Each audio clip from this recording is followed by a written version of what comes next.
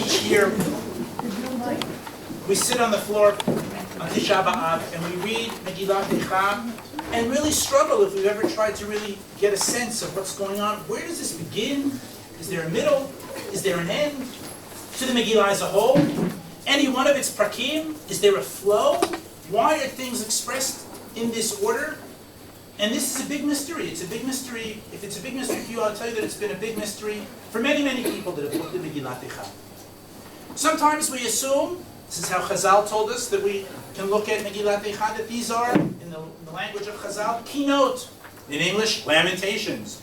Maybe just a spontaneous outpouring of grief, of loss, of sorrow, of misery. That perhaps is one way to do it, but that doesn't help us explain the order of things. It also seems to me that to say that what we have here is kind of just a spontaneous kazed, it doesn't really seem to fit. As we all well know, since today we're looking at just the first parak, Parak Aleph is an acrostic. It follows the alphabet. Nobody in spontaneous sorrow goes, A, awful, B, bad, very bad, Gimel, Gewalt. This is not the way in which people spontaneously release whatever deep loss and sorrow that they're feeling. And so I want to try to present today a different way of understanding Eichah with a focus on Parak Aleph. In the wake of the Churban, we know that the Navi Yechezkel is there to minister to the Jews that went to Babel. But the Jews that remained in Yerushalayim following the Churban, who certainly must have had enormous and difficult theological questions, because the situation with which they were presented was unprecedented. Because for the first time in the history of Am Yisrael, there's no Beit Mikdash since it was built. For the first time in the history of Am Yisrael, there's no Melech in Yerushalayim. For the first time in the history of Am Yisrael, 90+% of its inhabitants have been shipped out to Babel. Never in the history of Am Yisrael has been this degree of slaughter and of suffering on such a wide scale. All of these are big, massive, heavy questions. If you will, perhaps somewhat like the questions that maybe some asked following the Shoah. Except there's one difference between the reality post-Shoah and the reality for Am Yisrael living in Yerushalayim post-Churban. That is, that in our time, in spite of these big, big questions, just a few years later, we got Medinat Yisrael, and I think that allowed our national, collective attention to be turned to happier things that are easier to think about, look to the future rather than to the past. But if you're living in Yerushalayim following the Churban, a year passes, 10 years pass, 20 years pass, and not much has changed. And so the questions are enormous. And I want to read this afternoon, the first parak of Megillat Eichah, as an attempt to deal with these big questions.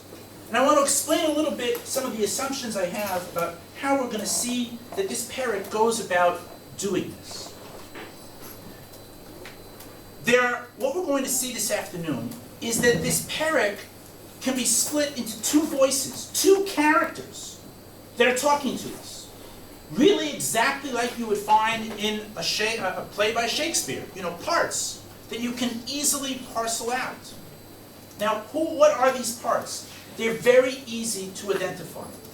When we have someone who speaks about Yerushalayim in the third person, such as the first pasuk, Eichah yashva vada, alas, how lonely she sits. That is our first character. That is going to be Yirmiyahu. Okay? I'm going to call that character Yirmiyahu. When we have someone speaking about Yerushalayim in the first person, for example, on the second page of the handout, if you look at 16C, towards the bottom, or 16A, Al ele ani bochia, I, me, first person, phrases like that we're going to assume that is not Yirmiyahu speaking. That is the figure that we're going to call Bat Zion. This is a representation of Yerushalayim as a whole at that time. And what we're going to see is that Yerushalayim and Bat Zion are having a conversation. Now, to help us know where we're at in the conversation. What I've done, since we all have Tanakhim, I nonetheless recreated the text here for two reasons. The text of Eichah is difficult, and so everyone here will have the English on the left-hand side. I'm going to read the Psukim in the Hebrew, and anyone that isn't clear about a certain word has the linear translation on the left. But also, what I've done here with the translation is that I have put the voice that I'm calling Yirmiyahu, third person, is in block text, regular text. So you'll see Pasuk Aleph is just regular block text. If you look at the other thing that we looked at, 16a, so you see that that's in italics, okay? That's because it's in first person. And so anytime we see a pasuk in block letters, that's third person, that's Yirmiyahu speaking. Anytime that we see someone speaking in first person about me, what I'm experiencing, my people, my daughters, etc., this is Bat Zion, and you will be able to know that simply by the fact that it is in italics. Now, I want to say a few more things about these two people, these two characters that we're going to be encountering. The first, Yirmiyahu, the narrator. The narrator here, Yirmiyahu, is different than the narrator that we encounter in the rest of Tanakh. By which I mean the following. When we read a pasuk like Bereshit bara Elokim et hashamayim et haaretz, that is a narrator speaking. That's not HaKadosh Baruch Hu speaking in the pasuk. Otherwise it would be Bereshit barati et hashamayim et haaretz. So throughout Tanakh we have this kind of third-person narrator who tells us what's going on, even all the way at the beginning of Bereshit, and we never really think much about who is this narrator. It's Kivyachol, as it were. It's a kind of a heavenly scribe who sits up there next to the Kisei HaKavod, next to the Ribono Shel Olam. This narrator seems to know everything that HaKadosh Baruch Hu knows, and so we don't really think about the narrator in most parts of Tanakh as a personality, as living in a certain time, as having any feelings. He's just representing HaKadosh Baruch Hu's view on things.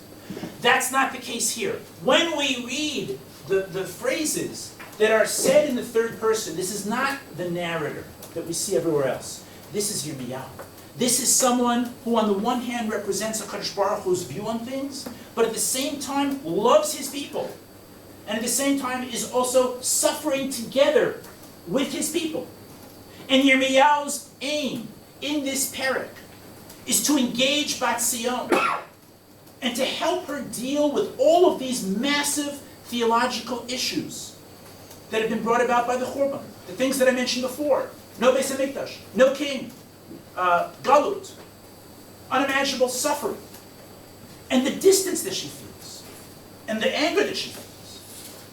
And what we're going to see is that Yirmiyahu is going to engage in a process, friends, of therapy with Bat Zion. Therapy. Just like you would go to a counselor, to a rabbi, there's a safe space created, perhaps, to say things that you normally wouldn't say. The person listening to you, counselor, a rabbi, is someone who understands your pain deeply, but knows that there's a process that you have to go through. And Yirmiyahu, on the one hand, is going to be trying to get Bat Zion to understand certain things that she needs to understand that perhaps are difficult for her, but at the same time is going to do so in a very sympathetic way. Because as we all know, if you see someone and they're really they have deep issues, deep problems, and you can see clearly what they need to do, they don't see it at all. To go over to someone and say, you have issues you've got to be working on. Your view of what's going on in your business is totally blinded. Your view of what's happening in your relationship with so-and-so is totally blinded. You're caught up in a certain cycle. It's very difficult to tell people these things. Very difficult.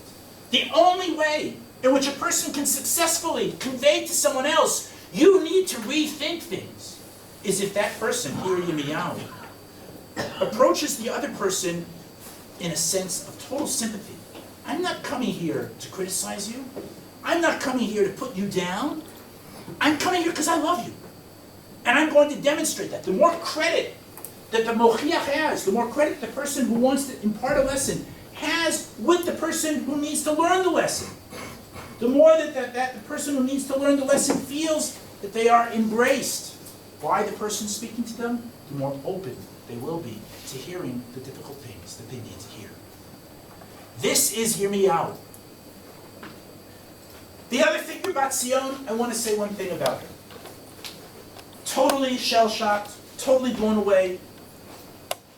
The Bat Zion that we're going to see here in this parak is not exactly one-for-one the actual feelings and representation of people who are still living in Yerushalayim. There's a slight difference, and I want to use the following image to explain how we need to understand the Bat Zion that we encounter here in Eichah Perek Aleph. Put aside Eichah, put aside Tanakh. Imagine, friends, if you will, in an elementary school setting. Kids are gathered in a class, and they're given a video presentation about road safety. Right? I mean, this happens, right? We call them here Shirei Zahav, Zehirut Badrachim. Okay? And let's say that there's a little movie being projected on the screen for the youngsters sitting in the room, and in the screen there's a little boy with a ball. And he has his ball, and the ball rolls into the street. And in the movie, the little boy runs to the edge, and he comes to a screeching halt at the sidewalk. And he goes, "Oh, my ball has rolled into the street, but the street is dangerous. Oh, I should look right, and I should look left. And if I don't see anything, then maybe I can go and get my ball." Now, that little boy is supposed to be like the little kids who are watching the film, but there's just one difference. The kids, the real kids, don't stop. They run after the ball. And the reason we have videos like this is to create a model for the youngsters to look at, to say, oh, that's what I'm supposed to be. The Bat Zion that we are going to encounter in Eichah Perek Aleph is like the kid in the video.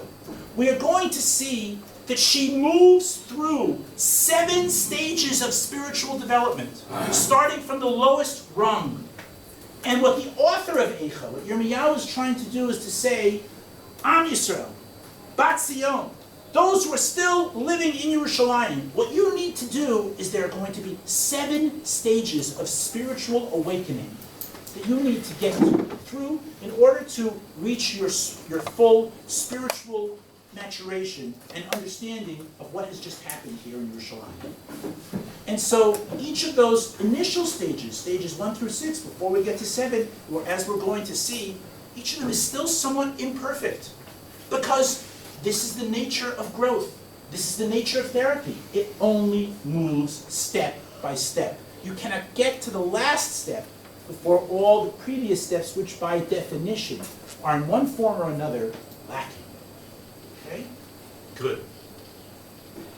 One more thing before we begin. The dominant image in this parak is of a woman looking for manly support.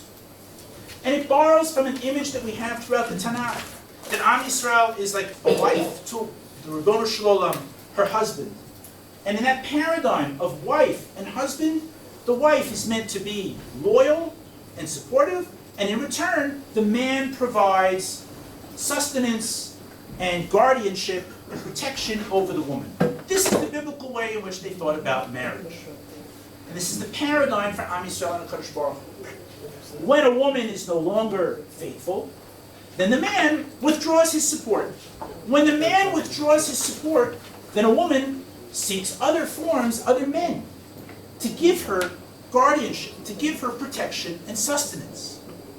And this happened historically, that when Am Yisrael, the wife, wasn't faithful to HaKadosh Baruch Hu withdraws his protection, and Am Yisrael looks for other men. This is especially evident in Yechezkel Perek Tet Zayin. Those other men being strong nations that were around to give her protection. Kind of selling herself on the cheap. Maybe I can make a treaty with you. Maybe you'll give me protection in the hopes that that would work. And it never worked. It never worked, and it never worked. And it ends in the Churah. And we're going to see that this image is going to be ever present in this parak. Who is going to give this poor woman, Bat Zion, the protection that she is looking for? Final word. We are now prepared to start reading Eichah Perek Aleph. I said that what we're going to see here is a dialogue between Yirmiyahu as rabbi, counselor, therapist, okay, Bat Zion as someone really struggling with a lot of issues. Okay? The dialogue part only begins, you can see, the whole first page, as you can see, is all block letters. That means that it's all third person. That means that it's all just Yirmiyahu speaking, until we get to the middle of the second page, or the top of the second page, when we get to Pasuk Tet, or what I've labeled here as 9c. Phrase 9c is the first time that we have the italics, and that's the first time that Bat Zion will speak. Okay? Just a little bit about this, what might be unusual for many of us, separating out psukim in this way, 1a, 1b, 1c. As we all know, Eichah is poetry, and most of the psukim have 2 or 3, sometimes more, stitches, strophes. That's the technical part. And each one is going to be very important for us. And so in order to help me say, not the beginning of Pasuk Tet, the end of Pasuk Tet, I'll be able to say we're looking now at 1a, 1b, 1c. Okay? As I said, almost the first full 9 psukim are said only by Yirmiyahu. And now we're going to start to read these 9 psukim. And what we're going to see is that Yirmiyahu is trying to do here 2 things. 2 things. Number 1, Yirmiyahu needs to establish his bona fides that he is here with Bat Zion. I embrace you. I understand you. I know your pain. I can describe your reality externally and internally even better than you can. And then when Bat Zion hopefully feels that Yirmiyahu is with her, that will open a space for him to also suggest that there are things that need to be repaired. The other thing that Yirmiyahu is going to do in these 9 psukim is he's going to make a series of propositions about what has happened, interpretations of what has happened, that maybe to us might seem simple, but as we will see, the propositions that he makes are ones that with which Bat Zion and the rest of the chapter is going to be grappling with, accepting partially, rejecting partially. Okay? So let's start now the parak. We're going to read now through the first, almost fully through the first 9 psukim, seeing how Yirmiyahu, pastor, rabbi, counselor, expresses his sympathy and understanding of her predicament and makes several prepositions. So, starting with Pasuk Aleph, Eichah yashva vadad, ha'ir rabati am hayta ke'almana. When he says hayta ke'almana, what is an almana? An almana is a woman whose husband has died. Well, this is exactly how Bat Zion views herself. She is a woman whose husband, i.e. HaKadosh Baruch Hu, isn't here. Maybe even for many people residing in Yerushalayim, there's a thought, maybe God doesn't exist. Maybe he's been defeated and killed. Something like that. It's not a crazy idea. And so Yirmiyahu already mouths the words that she is thinking. He is describing her reality as she experiences it. Hayta ke'almana. She thinks that she has no husband. Rabati bagoyim. Sarati bamdinot. Hayta lemas. She's thinking, wow, I had it so good, and now I went from being so high up to now being so low down. Bachot pasuk bet. Bachot tivke balayla. V'dimata al lechia. Ein la menachem mikol ohaveha. When Yirmiyahu says she has no comforter from all of her friends, this isn't just stam, no one's coming to pay a shiva call. This is a reference politically, historically, to what happened. She had sought other ohaveha. Ohaveha, it's not just friends as I've translated it here. Ohaveha is her lovers. All those men, those protective nations that she sought out after she began to engage in the Avodah Zarah at the beginning of Bayit Rishon. And so she sought out these other nations. She thought they would be there for her. Ein la menachem mikol ohavea. None of her lovers managed to work out for her. 2c, kol re'eha bagduba. All of those lovers wound up turning on her. They got her on the cheap and they shoot her up and they spit her out. Hayula le'oyevim. There's a nice play here between ohev, ohaveha, her lovers, who's with just a switch of almost a part of a letter, go from being ohev to oyev. They became her oyev. These are all the things that Bat Zion would say about herself. I can't believe this. I had trust in this God and now he's dead. I thought I would have all of these support from all of these other men, as it were, these other powerful nations, and they all turned on me. Pasuk Gimel, Galta Yehuda me'oni, u'merov avodah, hi yashva v'goyim, lo matz'a manoach, kol rodfea isiguha, ben hametzarim. Pasuk Daled, Darchei Tzion avelot, mibeli ba'e moed, kol she'areha shomimin, kohanea nenachin, betulot nugot, vehi mar la. You can see verse 4 has more stitches to it. It's almost to a crescendo. He is giving an outline of her misery. Notice, 4 full psukim, and Yirmiyahu has not said a single word of criticism. Because he wants to show Bat Zion that he's with her, that he understands her, that he can verbalize and vocalize her pain maybe even better than she can. That he understands all the different facets of her circumstance. That is designed to win over her confidence, that he really does support her. Pasuk Hey. Hayu tzareha lerosh, oiveha shalu, ki Hashem hogah al rov psha'eha. This is the first time that he mentions any fault on the part of Bat Zion. And here we have the first proposition. To us it might seem simple. We'll see later on what Bat Zion does with it. What has happened to her? All of this misery is because Hashem has caused her yagon, difficulty, groaning, pain. Hashem has deliberately caused her this pain. Arov psha'eha. Olaleha halechu shevi lifnei tsar. Pasuk Vav. Vayitze mi Bat Zion kol hadara. Hayu sareha ka'ayalim lo matzu mir'eh vayilchu b'lo koach lifnei rodef. Having mentioned a little bit about her averot, he goes back now to again sympathetically describing her pain and anguish, so that she won't feel that he has suddenly turned on her, but that he's with her. Pasuk Zayin Zachra Yerushalayim Yemei Onya Umerudeha Kol Nachamudea Sherayu Mimei Kedem Bin Pol Ama Biyatzar Ve'en Ozer La Ra'u Hatzarim Sachaku Mishpateha. Pasuk Chet Chat'a Yerushalayim Al Ken Menida Hayata. Again, for the first time, the second time, introducing that some of this is her fault. Kol Mechabedea Yiziluha Kira'u Ervata. Let's turn the page.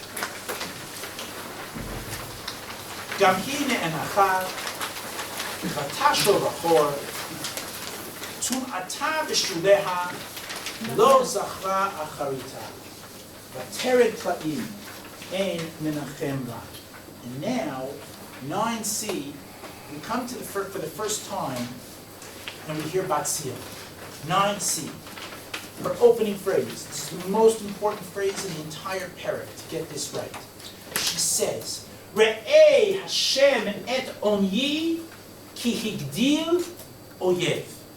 I want us to pick this very seemingly simple pasuk apart.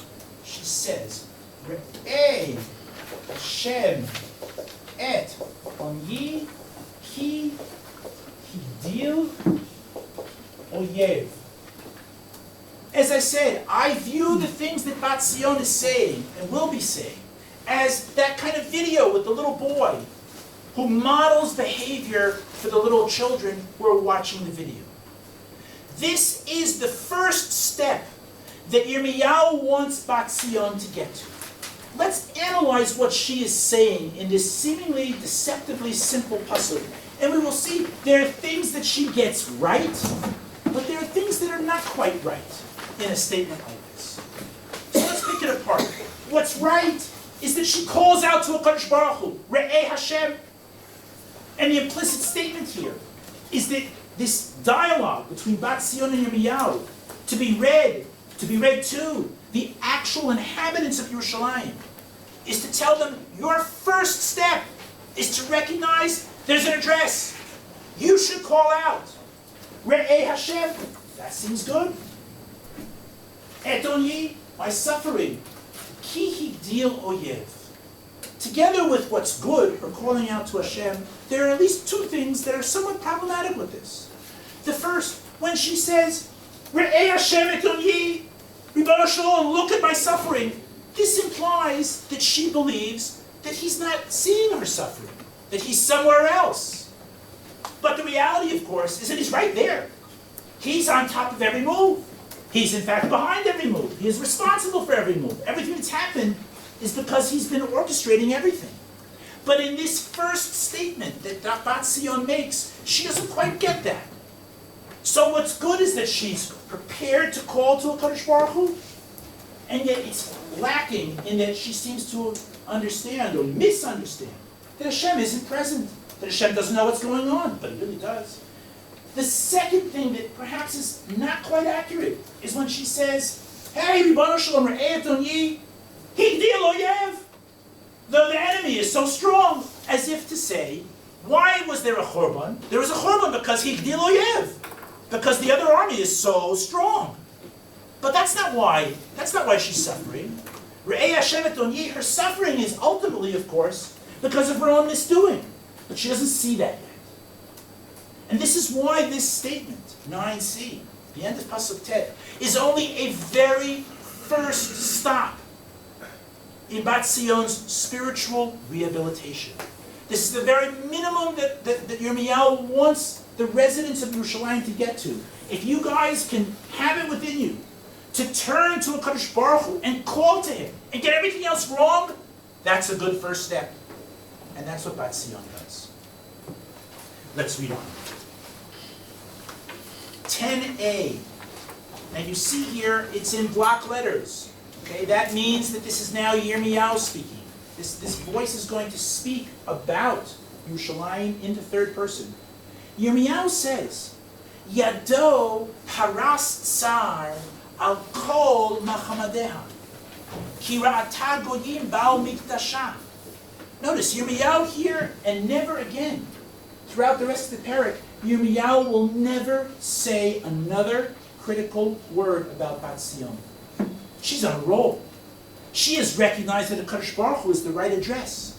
And so what Yirmiyahu, as counselor, as therapist, wants to do is to urge her on, to show how much he's with her.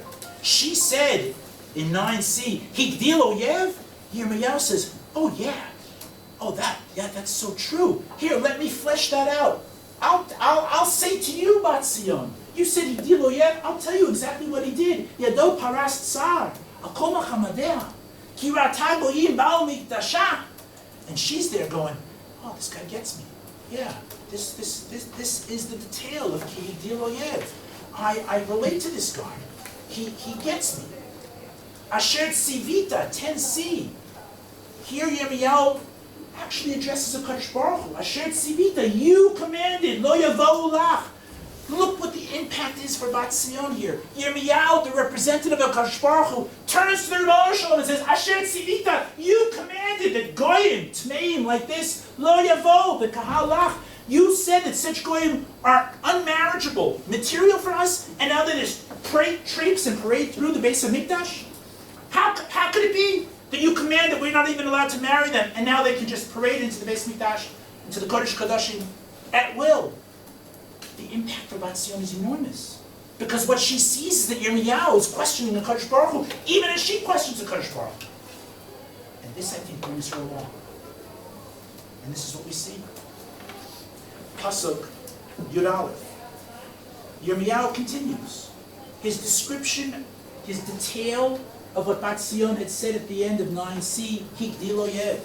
What does it mean, Higdil oyev? Continues Yirmiyahu. Pasuk Yud Aleph. Kol amane nachim, mivakshim lechem, natnu machamadehem be'ochel, v'hashiv nafesh. 11c. We're back in italics. Bat Sion jumps in. She's been moved by what Yirmiyahu says, and she says, Re'ei Hashem v'habita, ki hayiti zolela. Zolela, abject. I become like a Ben Sorer, like a Ben Sorer, no, zolel v'sove. I dive at breadcrumbs. I pounce on them because I'm so hungry. Now, let's try to measure here. What has happened in terms of Bat Sion's spiritual disposition on what's going on? She started, and we said, part was good. She turned to HaKadosh Baruch Hu in Pasuk 10. That's a good start. She misunderstood that Hashem doesn't know what's going on. And she misunderstood that the tragedy that's befalling her is because she thought it was because the enemy was powerful. When in fact it's just because of her Avirah. She doesn't know that. That was Pasuk 10. Let's see what advance has happened now in her second statement, which is here in Pasuk Yud Aleph 11c, when she says, Re'ei Hashem vehabita ki hayiti zoleila. Well, we can clearly see that it's a little more emphatic now because she says Re'ei Hashem vehabita. Okay? We see that there's a little bit of improvement because she no longer attributes what happened to her to foreign armies. But the biggest advance here is this. In Pasuk Tet, she called out to HaKadosh Baruch Hu, Re'ei Hashem. And what was Hashem's response? No response. God didn't respond in the meantime. And so, by having Bat Zion call out again in Pasuk Yud Aleph, more emphatically, because Hashem was silent the first time, Re'ei Hashem, ve'abita. This is spiritual advancement, because the lesson here is, for the residents of Yerushalayim, Yirmiyahu is saying, I want you to call out to HaKadosh Baruch Hu. And when you don't get an answer from him, because you're not going to get an answer from him, do you know what you need to do? Call out again. And that's what she does. That's an advance. That's the next step of her maturation. The very fact that she calls out to HaKadosh Baruch Hu a second time after not having had any response from HaKadosh Baruch Hu from the first time. Okay? So that's 11c.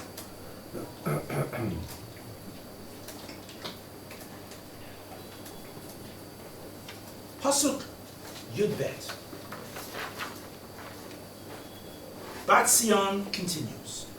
Lo aleichem kol ovrei derech. Habitu ure'u im yesh mach'ov kemach'ovi. Asher ola li. Asher hoga Hashem b'yom charon apo.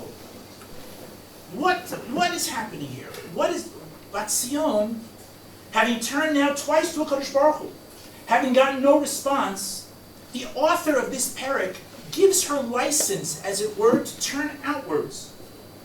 Is it nothing to you all who pass by? In other words, there is a license here for the residents of Yerushalayim to turn for support elsewhere. There's a recognition that they will want to do that. There's a space to do that. There's permission given to turn to a source other than a HaKadosh Baruch Hu. And so Yerushalayim, Bat Zion, turns here in Pasuk Yud Bet, 12a. Lo alechem kol ovrei derech. Habitu re'u im yesh mach'ov kemach'ovi. She is dying for, as we say in Hebrew, tsumi. She wants attention. She wants people to pay attention to her pain. 12c, Asher olal li. Asher hoga Hashem b'yom charon apo.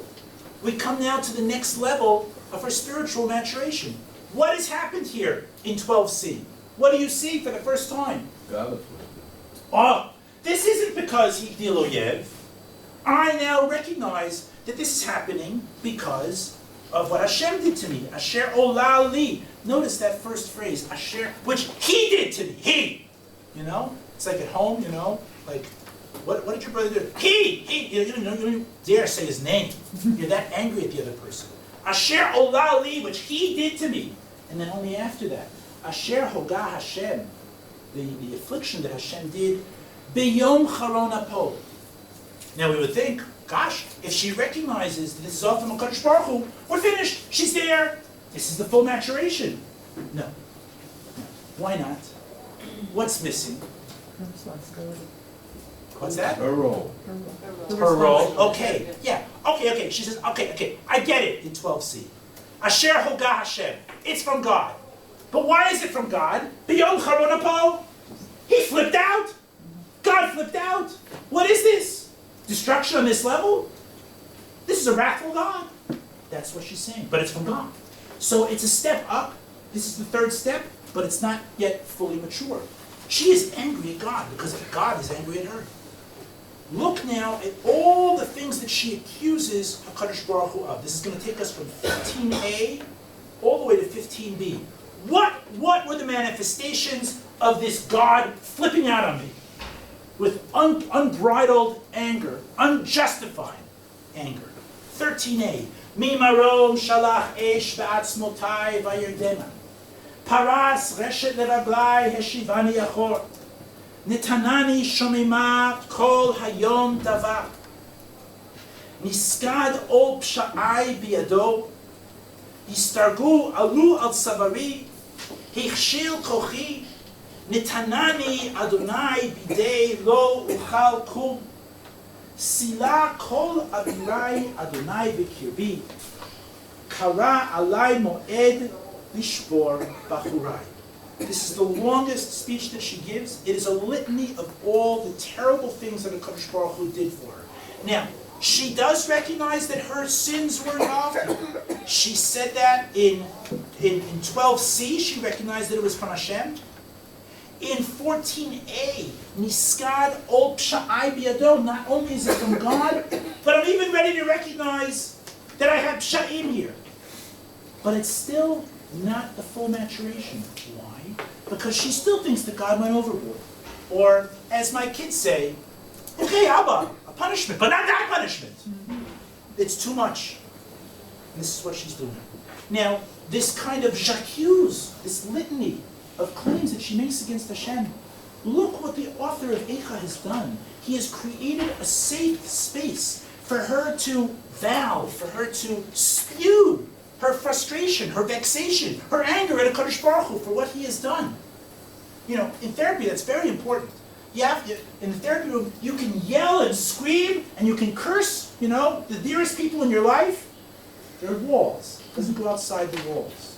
And it's sometimes really important to do that.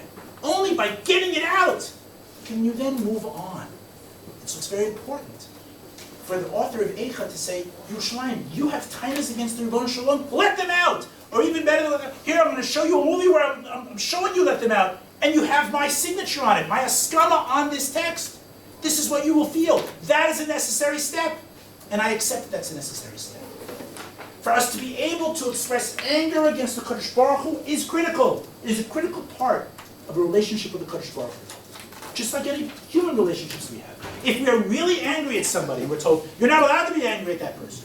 You're not allowed to express your anger at that person. Well, that's just a recipe for eventual break. I once went to a conference of Bible scholars. And I was at a dinner. And there were two scholars sitting next to me. It was a long banquet table, one opposite the other. One of them says, the guy opposite him, he says, I'll tell you something. I don't believe in God. And the guy opposite him says, me either. And the first one says, but I'll tell you something else. If I did believe in God, I'd be very angry with him. And the other guy says, me too. Now, I don't check anybody's tzitzis or anything, and I certainly believe that these two men, who I know personally, great scholars, probably had some very difficult times in their lives. But I learned from watching this conversation that if you block off the possibility of being angry at someone, even the Kadosh Baruch Hu, that's a recipe for someone just walking out the door totally. And so, in Eichah, there is plenty of room for Bat Zion to be angry as a step in a process. And that's why this is only a step. Okay? So we got to step, I think I recall, 12c was step number 3, where she recognized for the first time that this all is from God. And 14a, when she says, Niskad ol psha'ai biyado, he kind of gathered all of my averot, all of my psha'im, to make a heavy yoke of punishment, to recognize that there are psha'im here, that perhaps is stage 4. But she's still very angry. Okay? Good. We're up to 15c. And we're back to Yirmiyahu.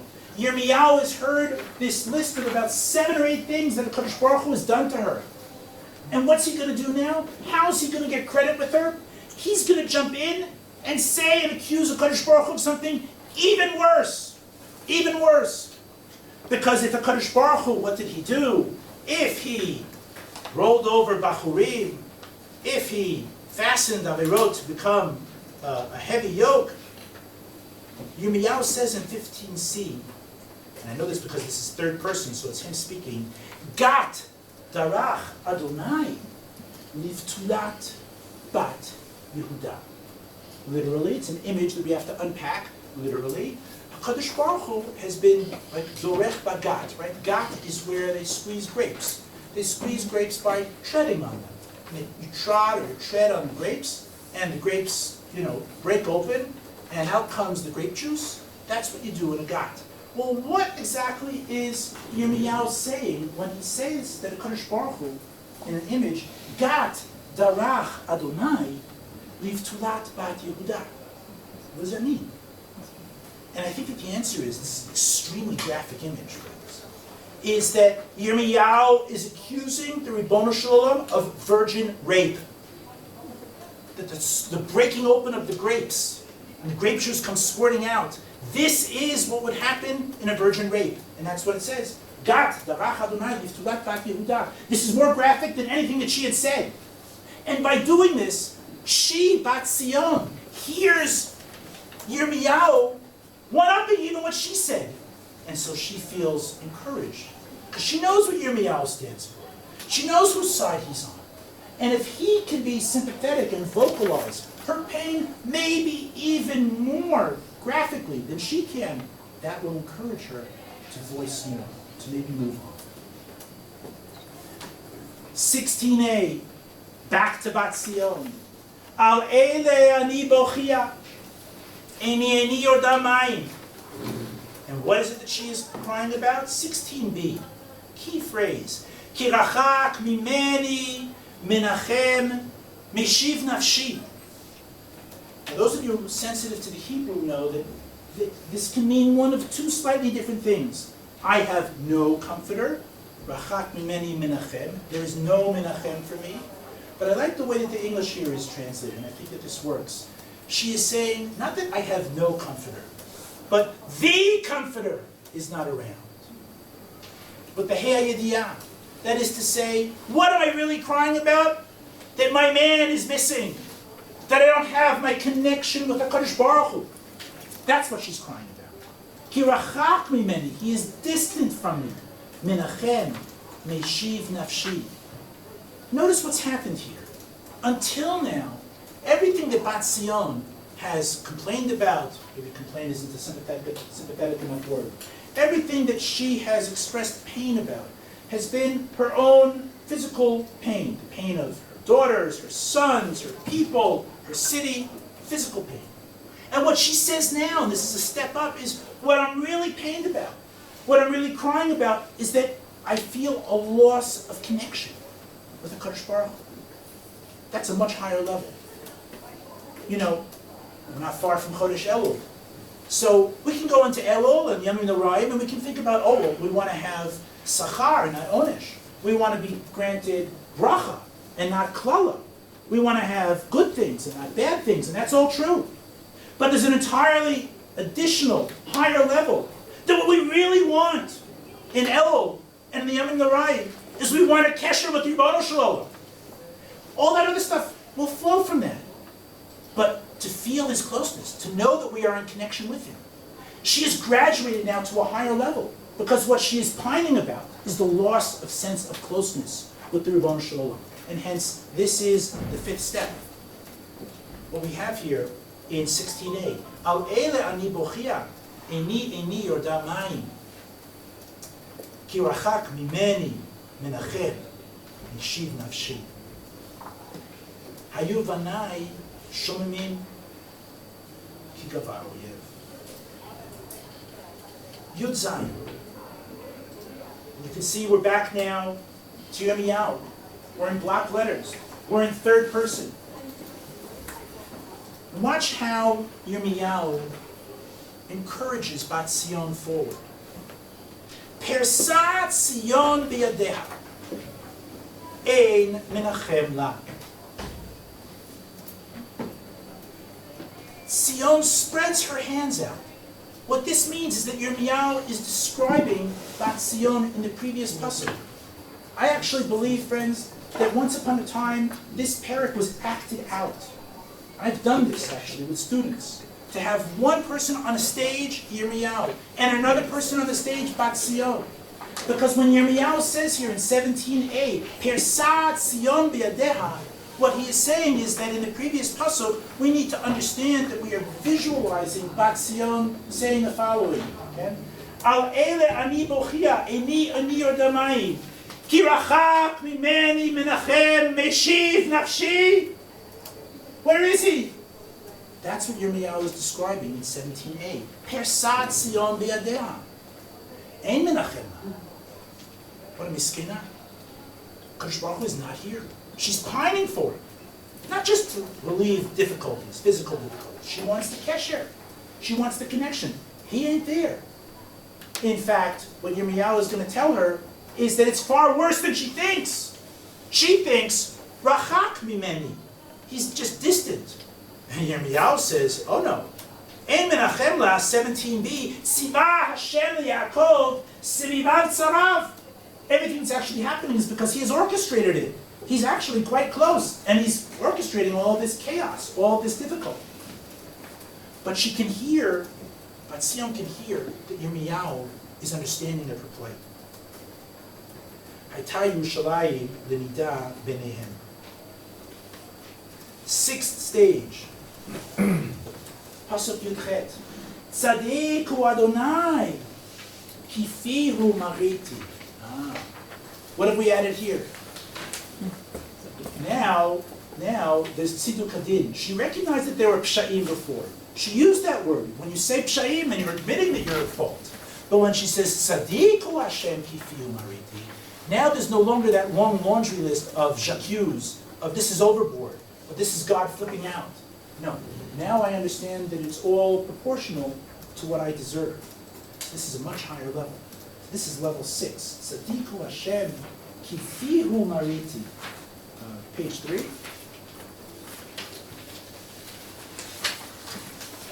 (18b) Shimuna kol ha'amim ure'u mach'ovi v'tulotai uvachurai halchu b'shevi. Why is she turning here to the other amim? I want to make a diuk in the language that we have here. Earlier in pasuk 12b, in 12b, she had turned also to the Amin. And she said there, Habitu ure'u. She asked them to observe by watching, by seeing. But here, now, where we're up to in 18b, Shim'una kol ha'amin ure'u. This call to the other nations to listen. Well, what's to listen? To see misery, I can understand. What are they supposed to listen to? And I think what's happening here is a phrase that we have in many places. She is asking them to bear witness. Like, Ha'azinu Hashem v'adabera, v'tishma aretz imrei fi. Or, Shimu shamayim v'aretz, at the beginning of Yeshayahu, where people call on various elements, agents, individuals to attest, to give testimony. And this is what she is doing. Kadosh Baruch Hu has left, Kadosh Baruch Hu has orchestrated this mass punishment, which she has now accepted, and she's calling on the nations to be aided to what's happening here. Shimuna kol ha'amim ure'u mach'ovi v'tulotai uvachurai halchu b'shevi. Pasuk Yudtet. Karati l'ma'avai hema rimuni. Now she's getting it, right? This is her speaking. I called to my lovers, and they betrayed me. Yes, that is what Yirmiyahu himself had said in 2c, 2b and 2c.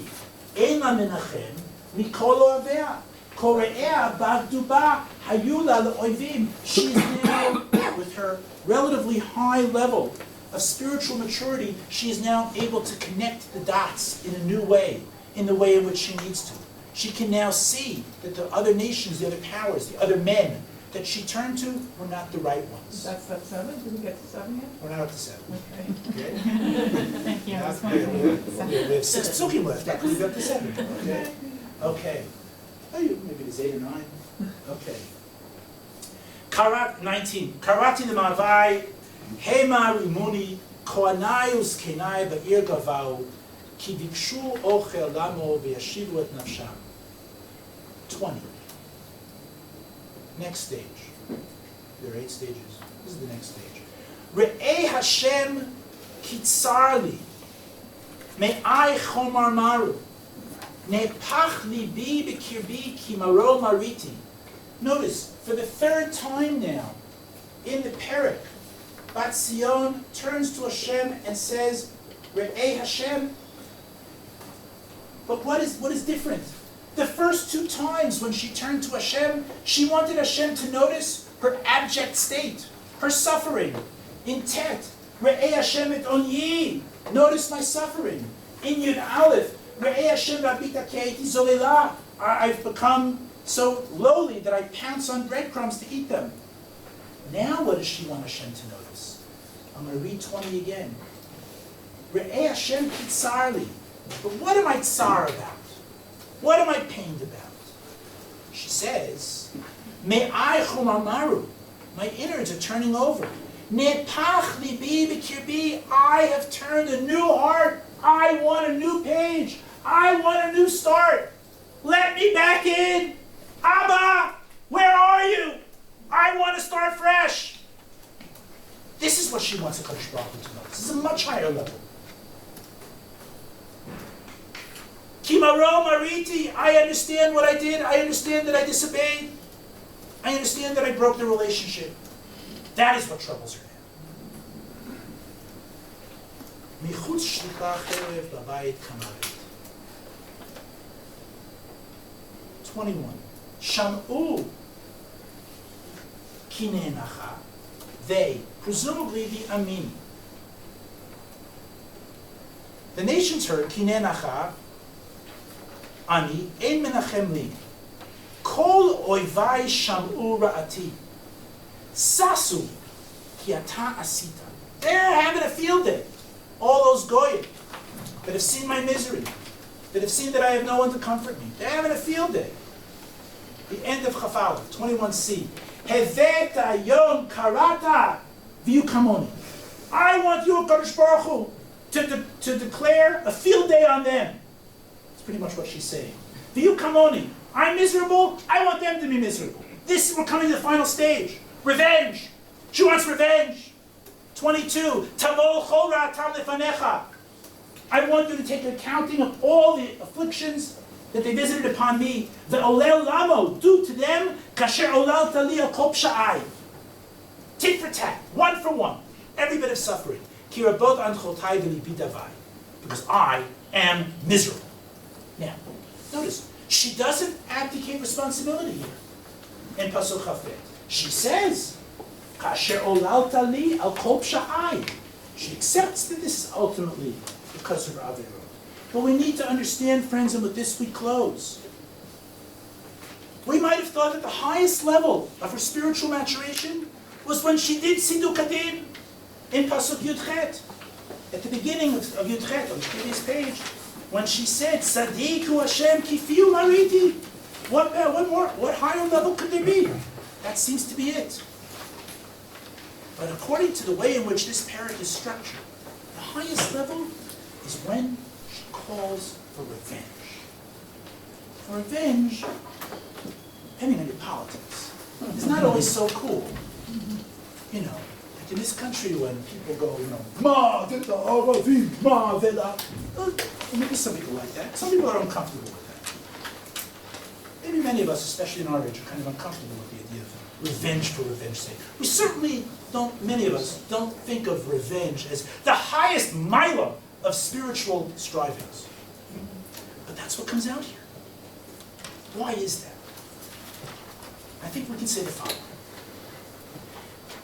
Implicit, inherent, when Bat Zion turns to the Rebbeinu Shalom and says, I want you to visit upon them nekama, revenge, that has within it several very important elements. It shows that Bat Zion believes that HaKadosh Baruch Hu actually cares about her, when in reality, that's not at all evident on the ground. Because on the ground, what people see is that God doesn't care about her. So this is a spiritual height. To come to that feeling, even though what I see around me is that a Kadosh Baruch Hu doesn't give two hoots about me, or hates me, that I recognize that there can be a different situation. That he might intercede on my behalf. Secondly, maybe even more importantly, is not only do I express the hope, the belief, that a Kadosh Baruch Hu might care about me, but that he's actually strong enough to do something about it.